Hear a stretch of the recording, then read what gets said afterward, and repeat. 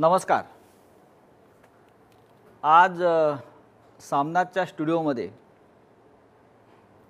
माननीय उद्धव ठाकरे उपस्थित आहेत. उद्धव ठाकरे यांच्या आपण अनेक मुलाखती घेतल्या, आपण पाहिल्या आणि वाचल्या. पण उद्धव ठाकरे यांच्याशी आपण आतापर्यंत बोलत होतो ते शिवसेनेचे पक्षप्रमुख म्हणून, या देशातले एक प्रमुख राजकीय नेते म्हणून. पण आज आपण त्यांच्याशी बोलतोय तर महाराष्ट्र राज्याचे मुख्यमंत्री म्हणून, आणि त्यांनी सूत्र हाती घेतल्यापासून महाराष्ट्राच्या मुख्यमंत्रीपदाची त्या आधी आणि नंतर ज्या काही नाट्यमय अशा घडामोडी झालेल्या आहेत, भविष्यात काय होणार आहे, आणि हे सर्व घडत असताना राजकीय पटावर नक्की कोणती प्यादी कशी हल्ली आणि हलवण्यात आली, याविषयी आपण त्यांच्याकडून जाणून घेऊया. मला असं वाटतं आम्ही ज्या जागेत बसलेलो आहोत तिथे जर आपण खाली पाहिलं तर साधारण चित्र जे आहे हे बुद्धिबळाच्या पटाची जी घरं असतात त्याप्रमाणेच आहेत, आणि उद्धवजी त्याच पटावरती बसून बहुतेक पुढल्या चाली खेळत असावेत असं मला सारखं वाटतं. मला खात्री आहे की लोकांच्या किंवा जनतेच्या मनात जे प्रश्न आहेत ते आपण मुख्यमंत्र्यांना विचारू, आणि ज्या प्रकारे माननीय उद्धवजी नेहमी दिलखुलासपणे बोलतात त्याच त्यांच्या नेहमीच्या अंदाजात ते आपल्याशी बोलतील. उद्धवजी नमस्कार आणि जय महाराष्ट्र. जय महाराष्ट्र. आपलं स्वागत या सामनाच्या लहानशा स्टुडिओत. पण संपूर्ण महाराष्ट्र आणि संपूर्ण देश आज आपण काय बोलणार आहात, काय सांगणार आहात याकडे लक्ष ठेवून. माझा पहिला प्रश्न असा आहे की आपण धक्क्यातून सावरलात का? धक्का मला बसला असं वाटतं का? नाही, मला असं वाटत नाही. याचं कारण मी शिवसेना प्रमुखांचा पुत्र, ज्यांना धक्के द्यायचे अनेकांनी प्रयत्न करून पाहिले पण कोणालाच ते जमलं नाही. किंबहुना शिवसेना प्रमुखांनी जे धक्के अनेकांना दिले त्यातनं ते लोक अजूनही सावरलेले दिसत नाही.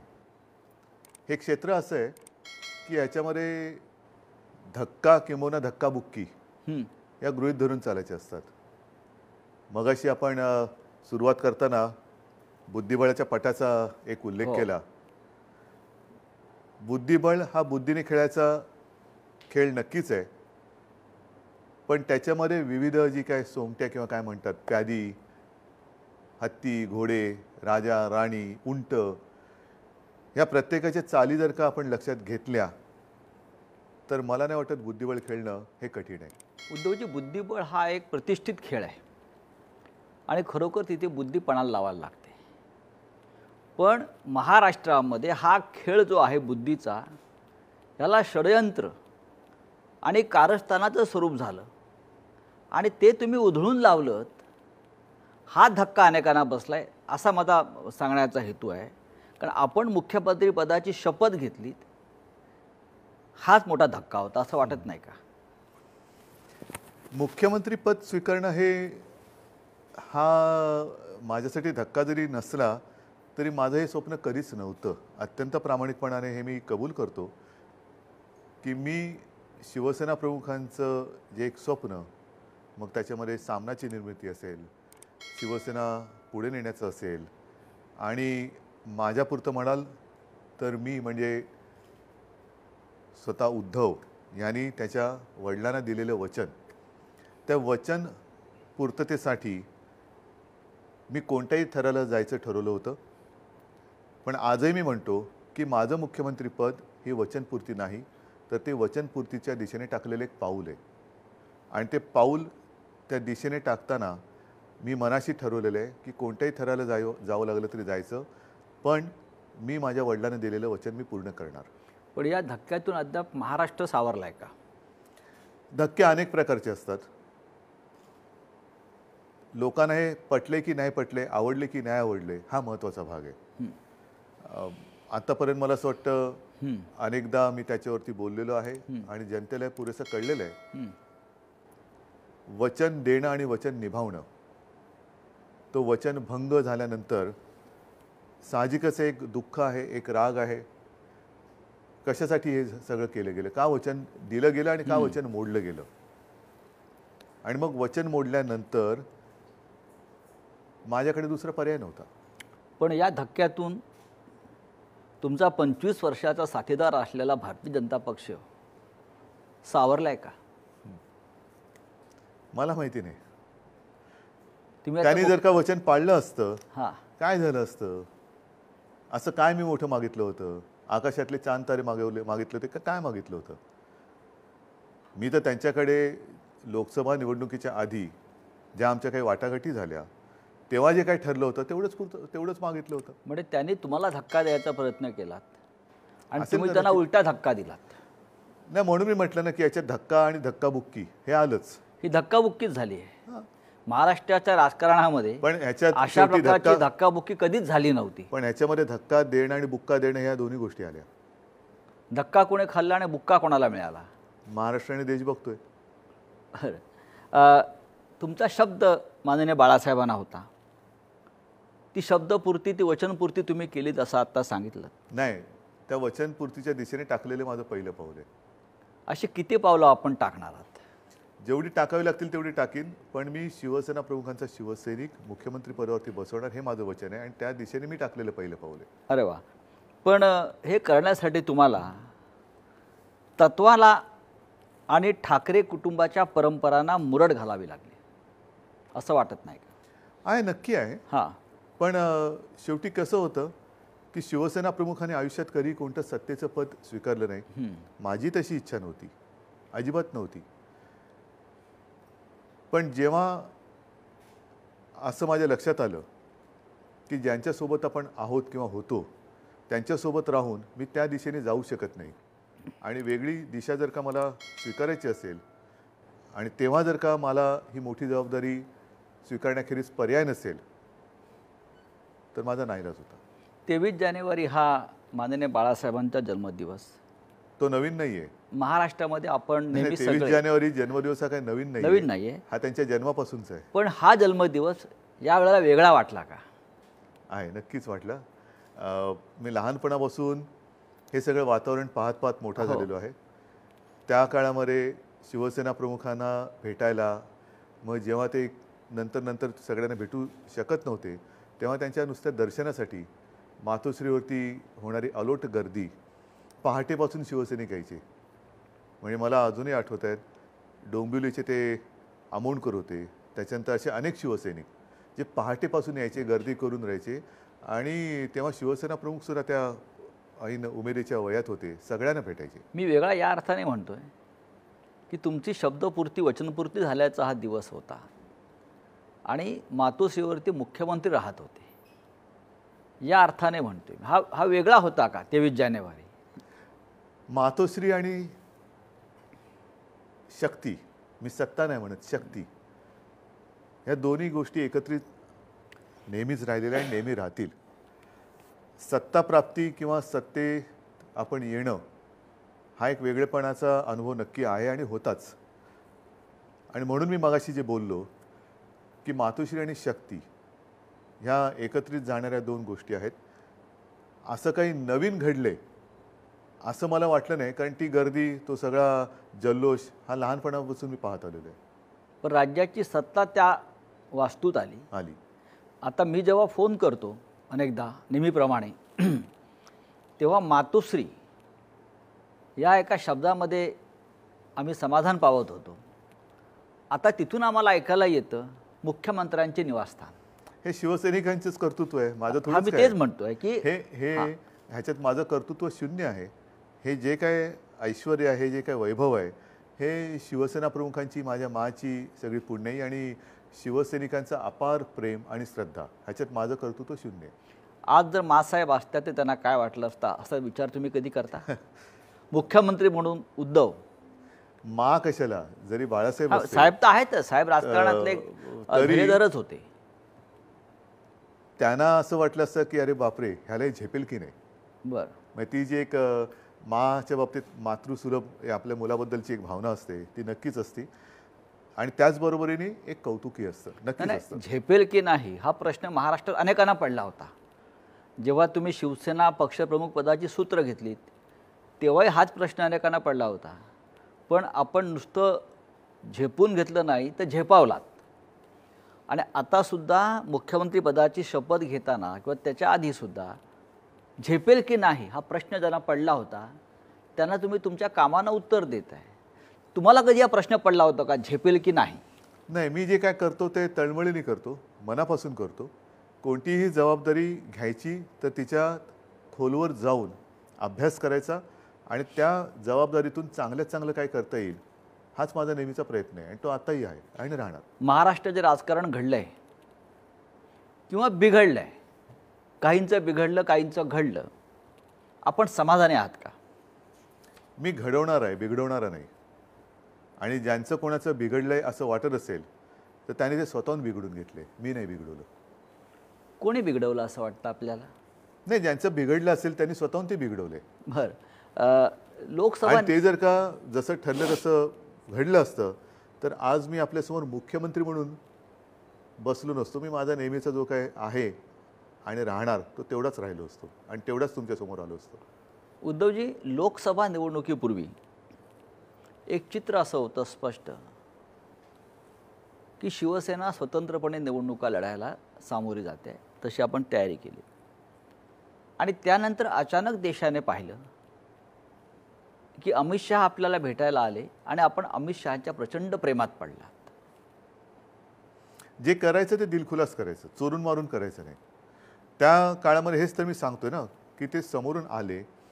मलाही असं वाटलं की ठीक आहे, वर्षानुवर्षाची आपली युती आहे, पिढी बदलली, कदाचित थोडंसं इकडे तिकडे झालं असेल, पण पुन्हा जर का संबंध सुधरत असतील आणि आपलं उद्दिष्ट आणि ध्येय एक असेल तर मार्ग धुंडाळत बसण्यापेक्षा झालं गेलं विसरून जाऊन नवीन सुरुवात करायला काय हरकत आहे? पण नवीन सुरुवात फार उचलेली दिसत नाही. तेवढ्यापुरती तर ती होती. कारण तेव्हाही आपण बघितलं असाल की मी अगत्याने मला बोलवण्यात आलं आणि मी प्रेमाने गेलो होतो, अहमदाबादला गेलो होतो अमितजींचा अर्ज भरताना. त्याच्यानंतर वाराणसीला गेला, वाराणसीला गेलो होतो नरेंद्रभाईंचा अर्ज भरताना. म्हणजे मी कुठेही माझ्या मनात कुठेही पूर्वीचा तो काय एक किंतु परंतु किंवा असं काही किलमिश मी ठेवलं नव्हतं. महाराष्ट्राने किंवा देशानं आणि त्या पलीकडे जाऊन लोकसभेच्या प्रचारामध्ये सुद्धा युतीचा प्रचार केला. विधानसभा निवडणुका जेव्हा आल्या तेव्हा जागा वाटपामध्ये थोड्याशा कटकटी झाल्या, हे सगळ्यांनी पाहिलं. आपण सुद्धा 2 पावलं मागे गेलात आणि युती टिकवलीत. आणि हिंदुत्वासाठी म्हणताय आपण.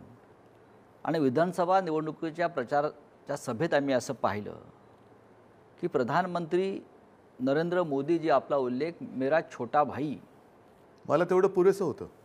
आपण त्यांचे छोटे भाई झाला होता. अर्थात वयाने मोठ्या माणसाचा मोठा भाऊ कसं होणार? तरी ते नातं टिकलं नाही. हे दोन्हीकडनं टिकवण्याचा प्रयत्न झाला पाहिजे होता. माझ्याकडनं मी तो शेवटपर्यंत टिकवण्याचा प्रयत्न केला. आणि देवेंद्र तर तुमचा उल्लेख माझे मोठे भाऊ असेच करत होते. हो, मग 2 भावाच्या मध्ये मी कात्रीत पकडलं गेलो.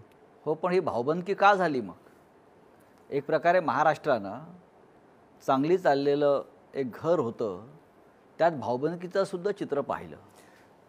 ही नाती अशी का तुटली तटात? मी आजही सांगतो की शिवसेना ही महाराष्ट्रातल्या भूमिपुत्रांच्या न्याय हक्कासाठी जन्माला आली, मराठी माणसासाठी आली. त्यानंतर शिवसेना प्रमुखांना जेव्हा लक्षात आलं की देशामध्ये हिंदूंवरती गंडांतर येते, तेव्हा शिवसेना प्रमुखांनी हिंदुत्वाचा अंगीकार केला. तो अंगीकार केल्यानंतर शिवसेना आणि भारतीय जनता पक्ष म्हणजे कदाचित देशातली पहिली निवडणूक 1987 साली पोटनिवडणूक जी पार्लीची जिंकली शिवसेनेने, ती पहिली निवडणूक असेल हिंदुत्वाच्या मुद्द्यावरती लढली नाही, जिंकली गेली. मग भारतीय जनता पक्ष सोबत आला. त्याच्यानंतर जे काय घडलं, मग रथयात्रा असेल वगैरे वगैरे वगैरे करत 2 समविचारी पक्ष एकत्र आले, हिंदुत्वावरती आले. आणि हिंदुत्वावरती आल्यानंतर आमचं जे हिंदुत्व आहे त्याच्यामध्ये वचन देणं आणि वचन पाळणं ह्याला सुद्धा अपार महत्त्व आहे. ते जर का मोडलं जात असेल तर ते हिंदुत्व मी काही स्वीकारायला तयार नाही. आज हिंदुत्वाचं काय झालं आहे? आम्ही ठाम आहोत आमच्या मुद्द्यावर. तुम्ही कोणतीही गर्जना न करता की मी पुन्हा येईन, सत्तेवर आलात. पण ही जी वेळ आहे ही आधी ठरली होती का सत्तेवर येण्याची अशा प्रकारे? नाही म्हणजे काय? कारण जे पुन्हा येईन सांगत होते ते कधीच आले नाहीत. आले आणि निघून गेले 80 तासात. आणि तुम्ही सत्तेवरती आलात म्हणजे ज्या प्रकारचं राजकारण महाराष्ट्रात घडलं. मी येईन असं कधी बोललेलो नव्हतो हां. आणि मी येईन असं मला आणि जनतेलाही वाटलं नव्हतं. आणि तसं पाहिलं मी तेच म्हणतो. तर इथे या खुर्चीत बसण्याची मी कधी माझी महत्त्वाकांक्षी व्यक्त केली नव्हती किंवा स्वप्नातही पाहिलं नव्हतं. याचा अर्थ जे काय आपण वागतो त्याला तुम्ही श्रद्धा म्हणा, अंधश्रद्धा म्हणा, कोणतरी बघत असतं. ही मोठी जबाबदारी. माझं तर मत किंवा मत कशाला हे आहेच. देशात अनेक राज्य आहेत, पण हे जे मुख्यमंत्रीपद आहे हां. ते छत्रपती शिवाजी महाराजांच्या महाराष्ट्राचं मुख्यमंत्रीपद आहे. आणि त्याच्यावरती अनपेक्षितपणाने मला बसवलं गेलं, ही बसवली जाणारी शक्ती जी आहे तिचे आशीर्वाद आहेत, बाकी दुसरं काय. नेहमी असं म्हणतात की ही जी महत्त्वाची पदं आहेत ही काटेरी खुर्ची असते किंवा काटेरी मुकुट असतो. तुम्हाला असं वाटतं का? मला नाही वाटत तसं. ह्याचं कारण असं की काटेरी तसं असतं, पण त्या काटेरी झाडालाच गुलाब पण येतो. आणि गुलाबाचा गुलकंद हा अनेकांना ज्यांना बद्धकोष्ठ असतो त्यांच्यासाठी उपचार पण असतो. ठाकरे हे कधी सरकारी पदावर कधीच बसले नव्हते. किंबहुना महाराष्ट्राची किंवा देशाची अशी धारणा होती की ठाकरे हेच एक सरकार आहे. हो. पण आता ठाकरे हे मंत्रालयातलं सरकार बनलेलं आहे. ठाकरे हे सरकार बनायला मंत्रालयातून आपण आता राज्य करतोय. आणि अजूनही लोकांचा विश्वास बसत नाही की खरोखर उद्धव ठाकरे जाऊन तिथे बसून काम करत आहेत किंवा मुख्यमंत्री झाले आहेत. काम होतं एवढं तरी कळतं. काम होत आहे की उद्धव ठाकरे मुख्यमंत्री होतील किंवा ठाकरे मुख्यमंत्री होतील आणि राज्याचं नेतृत्व करतील हे स्वप्न होतं महाराष्ट्राचं. अजूनही काही लोकांना असं वाटतं आणि असं बोलून दाखवतात की उद्धव ठाकरे हे ॲक्सिडेंटल चीफ मिनिस्टर आहेत. असतील. पण मगाशी जे आपल्या वाक्यात आलं की महाराष्ट्राचं स्वप्न होतं, हो. हे असं स्वप्न एखाद्याच्या बाबतीत जनतेने पाहणं हे किती जन्माचं भाग्य मला माहीत नाही. हे पूर्वसंचित आहे की जो स्वतः स्वप्न न बघता जनतेने स्वप्न बघितलं आणि ते अनपेक्षितपणे अनाकलनीय पद्धतीने मूर्त स्वरूपात आलं. आजपर्यंतची जी एक आमची परंपरा होती की स्वतः बाळासाहेबांनी जाहीर केलं होतं की त्यांनी एकही निवडणूक कधी आयुष्यात लढली नाही, लढवणार नाही. निवडणूकच लढवणार नाही म्हटल्यानंतर सत्तापदाचा प्रश्नच येत नाही. पण तरी देखील त्यावेळेला त्यांच्यावरही टीका झाली की तुम्ही हे बाहेरून राहून बोलता, स्वतः करून दाखवा. ठीक आहे, आता स्वतः करून दाखवतो तुम्हाला. म्हणजे नाही बसलो तरी टीका व्हायची ती झालेलीच आहे. मग आता स्वतः बसून तुम्हाला करूनच दाखवतो. मनमोहन सिंग हे या देशातले उत्कृष्ट प्रधानमंत्री होते. त्यांनी 2 टर्म प्रधानमंत्रीपद अशा पद्धतीनं सांभाळलं की देशाला अराजकाच्या खाईतून बाहेर काढलं, आर्थिक खाईतून बाहेर काढलं, मंदीतून बाहेर काढलं. आणि त्यांचाही उल्लेख ॲक्सिडेंटल प्राईम मिनिस्टर असा करण्यात आला होता. हे मी आपल्याला फक्त सांगतो. ज्यांच्याविषयी लोक फार अपेक्षा सुरुवातीला ठेवत नाहीत किंवा हे सांभाळतील, नेतृत्व करतील, त्यांच्याकडून देशाची सेवा सगळ्यात जास्त झालेली आहे. आपलासुद्धा जे अशा प्रकारे उल्लेख करतात त्यांना मी नेहमी मनमोहन सिंग यांचं उदाहरण देतो. पण मी त्यांच्या तुलनेत जरा जास्त बोलतो. हे महत्त्वाचं आहे. ह्यासाठी आपल्याला जो त्याग करावा लागला. आपण मगाशी उल्लेख केला की बाळासाहेबांनी कोणती निवडणूक लढली नाही. आता मुख्यमंत्री झाल्यावरती आपल्याला निवडणूक लढवावी लागेल. आता आलो ओघाने.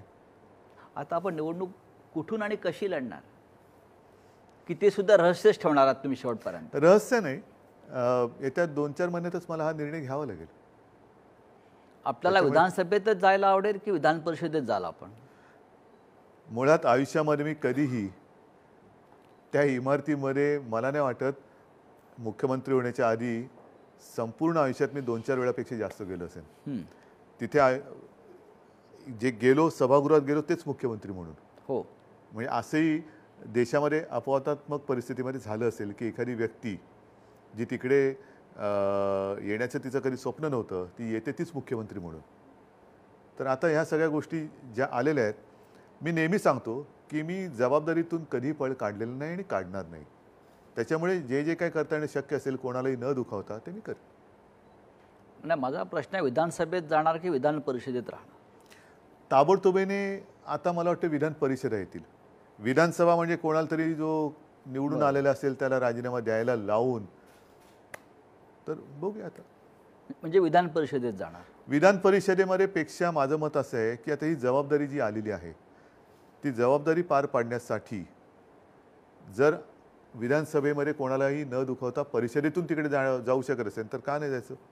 बरं. ते मागल्या दारातनं या दारातून मी तर मिळून मी छप्परातून आलेलो आहे. नाही, ती राज्यघटनेने निर्माण केलेली व्यवस्था आहे. आहेच ती. म्हणजे मी कोणत्याही दारातून आलेलो असणं मी वरून पडलोय छपरातून. मग आणखीन काय. एक आरोप आपल्यावरती सातत्यानं होतोय, तो आपल्या पूर्वीच्या मित्रांकडून, की हे सगळं करण्यासाठी आपण आपली तत्त्व सोडलीत आणि मुख्य म्हणजे हिंदुत्वाशी तडजोड केली. मी काय धर्मांतर केले? आणि तुम्ही म्हणाल तेच हिंदुत्व असं काय ब्रह्मवाक्य आहे की काय? का घटनेत लिहिलं आहे की हे म्हणतील तेच हिंदुत्व? त्याच्यामुळे आपण म्हणजे सर्वज्ञानी सर्वव्यापी परमेश्वर होता असा आव एकतर कोणी आणू नये. आपण म्हणतात तेच खरं आणि बाकीचे म्हणतील ते झूट. हे हास्यास्पद हा दावा आहे. हा त्यांच्यापुरता त्यांनी त्यांच्या कार्यालयात करायला काय हरकत नाही. सरकार स्थापन करताना 3 विचारधारा एकत्र आल्या. अर्थात काँग्रेस आणि राष्ट्रवादी काँग्रेस यांची विचारधारा एकच आहे, त्या वेगळ्या नाही आहेत. म्हणजे 2 मुख्य जे टोकाचे प्रवाह होते 2 महिन्यापूर्वी, ते प्रवाह एकत्र आलेले आहेत. ह्याच्यात 2 भिन्न विचारधारा, 3 भिन्न विचारधारा केंद्रामध्ये जे सरकार चालू आहे त्याच्यात आता किती पक्ष आहेत आणि त्यांचे किती किती विचार आहेत? नितीश कुमार आणि भाजपची विचारधारा एक आहे का? मेहबूबा मुफ्ती किंवा मुफ्ती मेहमद यांची विचारधारा एक होती का? चंद्राबाबूची एक होती का? ममता बॅनर्जी त्यावेळेला सत्तेत होत्या, त्यांची विचारधारा एक होती का? जॉर्ज फर्नांडिसची एक होती का? रामविलास पासवान आज आहेत, त्या रामविलास पासवान आणि भाजपची विचारधारा एक आहे का? आता कुठे झाली निवडणूक? हरियाणा, त्यांची विचारधारा झारखंड त्यांची विचारधारा एक आहे का? तर सगळं आपण झालं गेलं गंगेत मिळालं. ते गंगाजल आणून घरात ठेवतो ना आपण. किती नद्या त्या गंगेत मिळतात. म्हणजे प्रवाह जो आता आहे एकत्र आलेला हा एका नाही. ह्याच्यामध्ये एक महत्त्वाचा मुद्दा असा की विचारधारा आहेत ना. आम्ही हिंदुत्ववादी आहोत आणि राहणार. काँग्रेसची विचारधारा वेगळी आहे, पण दोन्ही तिन्ही पक्ष किंबहुना या देशात जेवढे पक्ष आहेत असा वेगळी विचारधारा म्हणजे देशाचं हित, राज्याचं हित, ह्या विचारधारापेक्षा किंवा या विचारापेक्षा कोणी वेगळा भिन्न आहे का? आम्हाला नाही राज्याचं हित करायचं नाही, देशाचं हित करायचं नाही, देशात आणि राज्यात अराजक मागवायचं आहे आणि तरी आम्ही तुमच्यासोबत येतोय. जशी काश्मीरमध्ये जी विचारधारांची गफलत झाली होती तशी इकडे झाले का? झालेली नाही. म्हणजे काश्मीरमध्ये तर फुटीरतावाद्यांशी सरकार आले, अतिरेक्यांसोबत चर्चा झालेली आहे. महाराष्ट्रात तसं झालेलं नाही. कुठे झालंय? पण काय विचारधारा वेगळी म्हणजे काय विचारधारा वेगळी आहे? शरद पवार आणि सोनिया गांधी हे 2 वेगळ्या वेगळ्या पक्षांचे नेते आहेत. कालपर्यंत आपण एकमेकांवर सगळे टीका करत होतो, केली ना, आणि आज आपण सत्ता स्थापनेसाठी एकत्र आहात. ह्याच्यावर भारतीय जनता पक्ष सातत्याने टीका करते. मी काय विचार करतो, किंबहुना माझा प्रश्न असा आहे, पक्ष फोडून माणसं तुम्हाला चालतात, मग त्या पक्षाबरोबर हात मिळवलं तर काय फरक पडतो? त्या पक्षातले मोठे मोठे नेते घेऊनच भारतीय जनता पक्षात सुद्धा प्रत्येक राज्यात कित्येक नेते असे आहेत की काँग्रेसमधले त्यांनी घेतलेले आहेत आणि त्यांना आमदार किंवा खासदार किंवा मंत्रिपद किंवा इतर काही गोष्टी दिलेल्या आहेत. ते सुद्धा त्या विचारधारेतलेच होते ना. तिथे गेल्यावर शुद्ध होतात. मग तेच आहे, ही लॉन्ड्री तुमच्याकडेच आहे का? त्यांच्याकडे वाल्याचं वाल्मिकीकरण, तुम्ही काय गंगाजल घेऊन शिंपरत फिरता सगळीकडे? पण वाल्याचा वाल्मिकीकरणाची यंत्रणा त्यांच्यापाशी आहे, तशी तुमच्याकडे आहे का? आमच्याकडे वाल्याची वाल्मिकी खरं म्हणजे हा वाल्मिकी ऋषींचा अपमान आहे आणि वाल्याचा सुद्धा अपमान आहे. कारण तो वाल्या प्रामाणिकपणाने जगत होता. त्यांनी तपश्चर्या करून त्याचा वाल्मिकी झाला, सत्तांतर करून नाही केलं त्यांनी. तो या पक्षातनं त्या पक्षात गेला आणि वाल्याचा वाल्मिकी ऋषी नाही झाला. वाल्मिकीनी ती तपश्चर्या केली आणि मग त्यांचं रूपांतर झालेलं आहे. आता त्यांची सत्ता गेली तर पुन्हा हे सगळे काय होणार? त्याच्यामुळे मला असं वाटतं की त्यांना वाल्या बोलणं हाच त्या याचा अपमान आहे, वाल्मिकी ऋषींचा अपमान आहे. हे सरकारच अनैतिक आहे असा त्यांचा शब्द आहे. हे अनैतिक सरकार आहे. नाही, नैतिकतेच्या गोष्टी कोणी कोणाला शिकवायच्या? हं. कोणी कोणाला शिकवायच्या? ह्या सगळ्या ज्या काही मी तुम्हाला गोष्टी सांगितल्या, हो. म्हणजे अगदी मोदींवरती टीका करणारे सुद्धा त्यांच्याकडे त्यांच्या वॉर्डात जाऊन मोदी प्रचार करतात. ही नैतिकता? रामविलास पासवान त्यांच्याबद्दल काय बोलले होते? नितीश कुमार कशाला? आत्ता बिहारमध्येच त्यांची लागलेली आहे. होय. ते एकमेकांबद्दल काय बोलले? तरी ते मांडीला मांडी लावून बसलेले आहेत. ही राजकारण नैतिकता तुम्ही शिकू नका. म्हणजे आपण नैतिकतेचे जेव्हा पुतळे तुम्ही नाही आहात. नैतिकता देशाला आणि राज्याला शिकवण्याची, यांच्याकडनं तरी शिकण्याची आणि शिकवण्याची अजिबात आवश्यकता नाही. विशेषतः शिवसेनेविषयी आपण म्हणतो की अजिबात आम्हाला नाही. शिकवण्याची गरज नाही. अजिबात नाही, अजिबात नाही. मुख्यमंत्री म्हणून पहिली कॅबिनेट तुम्ही घेतलीत. मुख्यमंत्री म्हणून हो. पहिली कॅबिनेट, त्या क्षणी तुमच्या भावना काय होत्या? हे अनुभव सगळे वेगळे अनुभव आहेत. हं. कारण तो कॅबिनेटचा जो हॉल आहे तो प्रचंड मोठा आहे. हं. आज त्याच्यामध्ये आपली पूर्ण कॅबिनेट बसते, पूर्ण मंत्रिमंडळ बसतं. बरं. पण सुरुवातीच्या पहिल्या कॅबिनेटमध्ये आम्ही इनमिन 3, म्हणजे मी अधिक 6 असे 7 मंत्री आणि बाजूला सगळे ते प्रशासकीय अधिकारी. आता त्याच्यामध्ये एक गोष्ट मला खास नमूद करायची आहे की काही सरकारी मराठीतले शब्द आहेत. हां. हे मराठीतले शब्द हे कळून घेणं आणि मग कळतं अच्छा हे म्हणजे हे राजभाषा कोश. राजभाषा कोश असेल किंवा सरकारी शब्द आहेत. पण आता ते हळूहळू हळूहळू अंगवळणी पडतंय. मुळामध्ये आपल्याला काय करायचंय हे स्पष्ट असलं तर मग अडथळे येत नाहीत. हे जे आपण म्हणताय कॅबिनेटचा विषय, तिथे गेल्यावरती आपल्या मनात असा विचार आला की सत्ता म्हणजे काय हे तुम्हाला तेव्हा तिथं लक्षात आलं का? की आपण इथे बसून राज्य चालवू शकतो? नाही, मी प्रामाणिकपणाने सांगतो की सत्तेची खुर्ची ही माझ्यासाठी नवीन असली तरी सत्ता माझ्यासाठी नवीन नाही आहे. आजपर्यंत शिवसेना प्रमुखांनी जी एक सत्ता किंबहुना हुकूमत गाजवली ती मी जवळून बघितलेली आहे आणि ती जनकल्याणासाठी त्यांनी ती राबवली. त्याच्यामुळे हे मला काही नवीन नाही आहे. मंत्रालयातला पहिला दिवस तुमचा जो होता त्या दिवशी प्रचंड स्वागत तुमच्या तिकडे खूप झालं. खूप प्रचंड संपूर्ण मंत्रालय खाली उतरलं होतं. मंत्रालयातले कर्मचारी आपल्यावरती पुष्पवृष्टी करत होते. आपण खाली छत्रपती शिवाजी महाराजांच्या प्रतिमेस आणि इतर सगळे जी दैवतं होती तुम्ही त्यांच्यासमोर नतमस्तक मी झाला. रोज जाताना मंत्रालयात माझा तो एक शिरस्ता आहे. आजसुद्धा मी मंत्रालयातून आलो आहे, पण मंत्रालयात मी गेल्याबरोबर पहिल्यांदा छत्रपती शिवाजी महाराजांना वंदन करतो, मग बाबासाहेबांच्या प्रतिमेला वंदन करतो आणि मग मी माझ्या कार्यालयात जातो. हे जे स्वागत आम्ही पाहिलं आणि तुम्ही ते अनुभवलं, हे स्वागत मुख्यमंत्र्यांचं होतं की बाळासाहेब ठाकरे यांच्या पुत्राचं होतं? साहजिकच आहे, बाळासाहेबांच्या पुत्राचं, मुख्यमंत्र्याचं आणि त्याहीपेक्षा जी त्यांची भावना होती मी भावनेविषयीच म्हणतो आहे. ती आपल्या माणसाचं स्वागत, हां, हे आपलेपण जे आहे ते मला त्यांच्या चेहऱ्यावर दिसत होतं.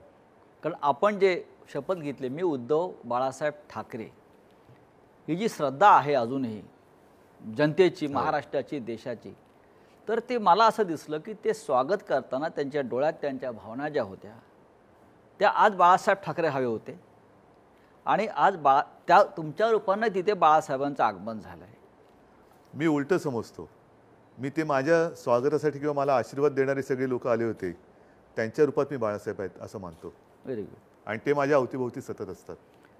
आपण जेव्हा गेला 6व्या मजल्यावर तिथे संयुक्त महाराष्ट्राचा मंगल कलश आहे. हो. तो मंगल कलश पाहिला होता, आपल्या काय भावना होत्या? तो मंगल कलश पाहिल्यानंतर आजही हे काम थोडंसं अपुरं आहे ही जी भावना नेहमी माझ्या मनात असते ती प्रकर्षाने आली. त्या मंगल कलशाबरोबरच हे जे काय राज्य स्थापन झालेलं आहे त्याला आता 60 वर्ष होत आहेत यावर्षी. हो. तेव्हाचा सगळा तो काय लढा होता, हा लढा मी काय बघितला नव्हता, कारण 1960 साली संयुक्त महाराष्ट्राची स्थापना झाली. माझाही जन्म 1960 सालचा.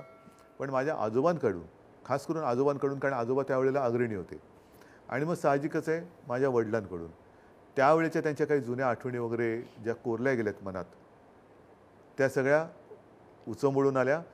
आणि जेव्हा मी हुतात्मा स्मारकात गेलो होतो मंत्रालयात जायच्या आधी तेव्हा त्यांना वंदन करून मी हेच सांगितलं की तुम्ही जे रक्त सांडलं या महाराष्ट्रासाठी, हे रक्त मी कदापि वाया जाऊ देणार नाही आणि तुमची जी काय अपेक्षा होती ती अपेक्षा पूर्ण करण्याचा मी आटोकाट प्रयत्न करेन.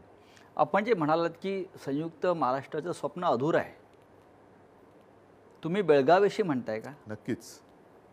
राज्याचे जो कर्नाटक व्याप्त महाराष्ट्र आहे त्याच्याबद्दल मी बोलतोय. राज्याचे मुख्यमंत्री म्हणून आपण त्या संदर्भात काही कठोर पावलं टाकणार आहात का? कठोर पावलं तर टाकावी लागतील, पण त्याचबरोबरीने आपण हेही वाचलं असाल की त्याच्यासाठी एक समिती वगैरे आहे. आता या समितीच्या सर्व लोकांना मला बोलवायचं आहे, नक्की बोलवणार, पण मी आपल्या महाराष्ट्राच्या 2 मंत्र्यांची त्याच्यासाठी नेमणूक केलेली आहे. त्यांच्याकडनं पाठपुरावा केला जाईल. विशेष म्हणजे हा जो काही विषय आहे हा कोर्टात आहे, न्यायालयात आहे, पण तो न्यायालयात असल्यानंतरही कर्नाटक सरकार बेळगावच्या माझ्या मराठी लोकांवरती, तो बेळगाव कारवार निपाणीसह तिकडे जो भाषिक अत्याचार करतोय, हा भाषिक अत्याचार त्याच्या विरुद्ध वारंवार आवाज उठवला जातोय. साधारणतः एक अशी अपेक्षा असते की केंद्र सरकार हे राज्य सरकारचं पालक असतं. हा विषय कोर्टात असल्यानंतर केंद्राने पालकत्वाची भूमिका दोन्ही राज्यांची घ्यायला पाहिजे. तुम्ही निपक्षपातीपणे राहा, ठीक आहे, आमचं चुकलं त्यांचं चुकलं, जे कोणाचं चुकत असेल ती तुम्ही तुमची भूमिका कोर्टात सांगा, तुमचं काय मत आहे. पण खास करून गेल्या 5 वर्षात आश्चर्यकारकरित्या किंवा खेदजनक मी म्हणेन की केंद्र सरकार कर्नाटक सरकारच्या बाजूने तिथे कोर्टामध्ये त्यांची काय बाजू आहे ती मांडण्याचा प्रयत्न करते. हे संतापजनक आहे. हे धक्कादायक आहे. नक्कीच जो धक्का आहे तो हा धक्का आहे. यात आपल्याला कठोर पावलं टाकावी लागतील आणि महाराष्ट्राचे मुख्यमंत्री उद्धव ठाकरे हे सीमा प्रश्नाबाबत पुढची पावलं टाकतील. उद्धव ठाकरे यांच्याबरोबर पुढली चर्चा अशीच सुरू राहील. तोपर्यंत आपण छोटीशी विश्रांती घेऊ.